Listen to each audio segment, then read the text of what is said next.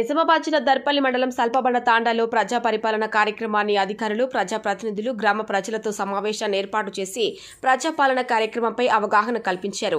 సందర్భంగా సర్పంచ్ ఎంపీడీఓ లక్ష్మణ్లు మాట్లాడుతూ గడప గడపకు సంక్షేమ ఫలాలు అందించాలనే లక్ష్యంతో రాష్ట్ర ప్రభుత్వం కింద అర్హులైన నిజమైన లబ్ధిదారుల నుండి మహాలక్ష్మి, రైతు భరోసా, ఇందిరమ్మ ఇల్లు, గృహజ్యోతి, చేయూత పథకాలకు సంబంధించి దరఖాస్తులు స్వీకరిస్తున్నామని వారన్నారు. కార్యక్రమంలో ఎంపీడీఓ లక్ష్మణ్, అధికారులు ఏవో ప్రవీణ్ కుమార్, డిప్యూటీ తహసీల్దార్ ప్రవీణ్ కుమార్, ఉప సర్పంచ్ పెద్దిరెడ్డి, తాండా నాయకులు శంకర్, గంగారాం, వార్డు మెంబర్లు, సెక్రటరీ, గ్రామ అభివృద్ధి కమిటీ తదితరులు పాల్గొన్నారు. మరి గ్రామ ప్రజలకి, ఇక్కడ వచ్చేసిన అధికారులకు, అనధికారులకు అందరికీ నా యొక్క నమస్కారం. మేము ఎన్నో రోజుల సంది సమస్య ఉంది సార్. మాది ల్యాండ్ ఇష్యూ ఉంది. ఒకటి 979లో కొన్ని సంవత్సరాల నుంచి మా తాత ముత్తాతలు చేసుకుంటూ వస్తుంటారు. ఇప్పుడు గత 5-6 సంవత్సరాల నుంచి దానికి సాగు చేసుకుంటా కరెంట్ కూడా ఉంది. ఒక 11 మంది మీద కేసు కూడా అయింది సార్. అది ఎఫ్ఐఆర్ అయింది. కేసు నడుస్తుంది. అయితే కేసు కూడా నడుస్తుంది సార్. అది మేము ఎన్నోసార్లు ఎమ్మెల్యే దృష్టి కూడా తీసుకుపోయాము. దాంట్లో స్కూల్ పెడతామంటే స్కూల్ శాంక్షన్ రాలేదు. అట్లనే ఉంది. ల్యాండ్ మేము సాగులోనే ఉంది. ఇప్పటికీ సాగులోనే ఉంది. పొలం కూడా చేసినాం.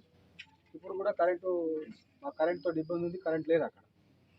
నార్మల్ మా ట్రాన్స్ఫర్ నుంచి తీసుకుపోయి వాడినాం. ఇప్పుడు కరెంటు ల్యాండ్ మీద సమస్య ఉంది. మాది ఎన్నో సంవత్సరాల నుంచి చేసినా కానీ అది మా పేరు మీద పట్టాలు ఇంకా కాలేదు. ఈ సభాముఖంగా మీకు ఏమైనా పట్టాలు దరఖాస్తు ఇవ్వమంటే మా వాళ్ళతో ఇప్పిస్తాను. మీరు అది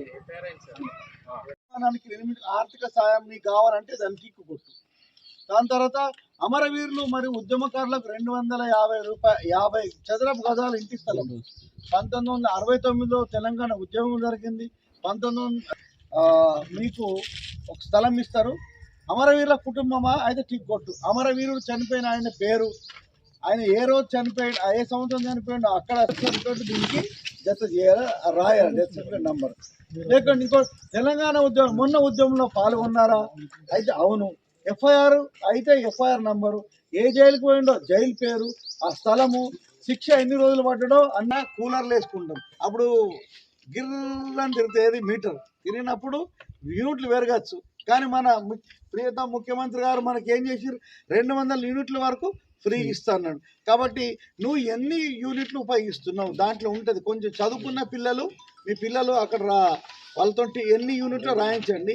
ఇక్కడ ఎస్సీ నంబర్ ఉంటుంది. అది ఎస్సీ నంబర్ రాకుండా యూఎస్సీ నంబర్ రాయాలి. ఇక్కడ యూఎస్సీ నంబర్ క్లియరింగ్ రాసిరు కదా, 8 డిజిట్స్ ఉంటాయి. అది రాసి ఇవ్వాలి. ఇంకోటి చేయూత పథకం కింద ప్రస్తుతం బయట పోయి దవాఖానలో డయాలసిస్ చేస్తాం. అది ప్యూరిఫై చేస్తుంది. ఉండాలా అంటే మీరు ఏ గుంటలో ఏ పంట వేస్తున్నా అనేది కూడా కరెక్ట్ రాయించుకోవాలి. మీరు విన్నారా? మక్కేసిరు మక్క, వరేసిరు వరి పక్కగా ఉంటే రేపు మీరు మళ్ళీ నేను కౌంటర్లో అన్నది ఆన్లైన్లో లేదు అనే విధానం తెచ్చుకోవద్దు. ఈసారి కొత్తగా మార్పు చెప్తున్నాను. ఎందుకంటే ఒకవేళ బోనస్ ఇచ్చారనుకో ఎవరికి ఇస్తారు? వడ్లు పండించి కౌంటర్లో అమ్ముతారు కదా, ఆ లిస్టుకే ఇస్తారు. కాబట్టి ఆన్లైన్ ఉండేటట్లు చూసుకోరు అందరు. మళ్ళీ లాస్ట్కి వచ్చేసి నాది ఆన్లైన్లో లేదు సార్ అంటే ఎవరు హెల్ప్ చేయలేరు. ఇప్పుడు మీరు పంట వేసి నుంచి కోసే వరకు చాలా టైం ఉంది. ఈ టైంలో మనం ఏం చేయాలి? పంట నమోదు చేయించుకోవాలి. మన ఏవో మీకు తెలిసే కదా, అనుష మేడం ఉండే, ఇప్పుడు ఇంకో మేడం వచ్చింది రైతు వేదిక. అక్కడ మీరు మేడంను సంప్రదించి ఏ పంటలు ఉన్నాయో, ఏ ఎకరాల్లో, ఏ సర్వే నెంబర్లో ఎన్ని గుంటలు ఉంటాయో అంతకు కరెక్ట్గా రాయించుకోండి. ఎరువులు అయితే ఎరువులు ప్రాబ్లం ఏం లేదు. నిన్న ఆల్రెడీ 2 లోన్లు పెట్టించడం వస్తుంది. అదే కాకుండా ఇప్పుడు సార్ చెప్పినట్టు అన్ని స్కీమ్స్ చెప్పారు సార్, మన ఎంపీఓ సార్ గారు అన్నీ వివరించారు. దాంట్లో రైతు బంధు ఒకటి ఉన్నది. అంతకుముందు రైతు బంధునే ఇప్పుడు మనం ఏమంటున్నాం, రైతు భరోసా పథకంగా ఉన్నది. ఈ రైతు భరోసా పథకంలో ఏంటంటే ఆల్రెడీ మనకు రైతు బంధు వస్తున్న రైతులు ఉన్నారు కదా, పాత జాబితా వాళ్ళు ఉంటాయి. లేదా మార్పిడి చేసుకుంటారు, ఒక రైతు నుంచి ఇంకో రైతు ఉంటాడు. కొత్తగా అప్లై చేసుకునే వాళ్ళు మాత్రం అలా మెన్షన్ చేయాలి. అది ఒకటి. ఇంకోటి కౌలు రైతులకు కూడా రైతు భరోసా పథకం వర్తిస్తుంది. మరి కౌలు రైతులు అంటే ఎవరు? భూమి ఉండద్దు, మళ్ళీ ఓనరు మీకు రాసి ఇవ్వగలగాల. ఇప్పుడు ఓనర్కు రైతు భరోసా కావాలా, కౌలుదారు కావాలంటే కుదరదు. ఓనర్ ఖచ్చితంగా మీకు కౌలునామా ఉండాలా, కౌలుకి ఇవ్వాలా, ఓనర్ అంగీకరించి సంతకం పెట్టాలా. ప్లస్ ఓటీపీస్, ఇప్పుడు మీరు కౌలు పత్రం తీసుకొని అడ్లు అమ్ముకుంటారు, ఓటీపీ వస్తుంది ఓనర్కి, ఓటీపీ చెప్పగలగాలి, అట్లా ఉంటాడు అన్నట్టు. పూర్తి కౌలుదారు ఉన్నారు.